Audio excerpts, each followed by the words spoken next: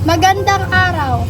Ngayon, ipapakita ko sa inyo ang uri ng materyales sa pagkukumpuni at ang wastong pangangalaga sa mga ito.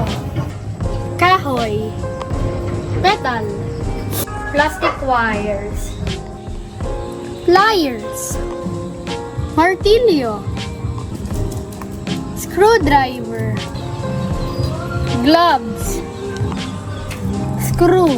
Ito ang mga kasangkapan sa pagkukumpuni.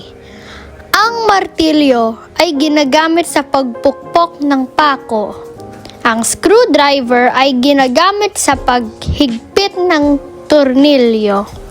Ang pliers ay ginagamit sa pag-ipit at pagputol ng kawad.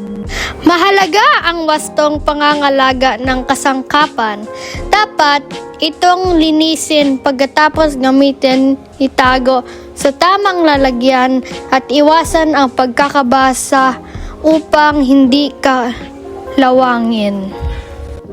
Ang mga karaniwang materyales sa pagkukumpuni ay kahoy, metal at plastic. Ang kahoy ay ginagamit sa paggawa ng upuan o mesa.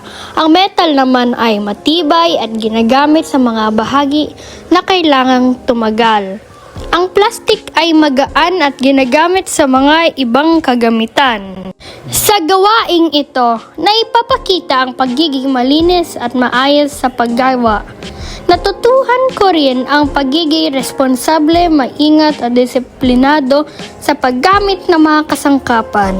Sa kabuuan, mahalaga ang kaalaman sa pagkukumpuni at ang wastong pangangalaga ng mga kagamitan upang maiwasan ang aksidente at mapanatili ang kanilang kalidad.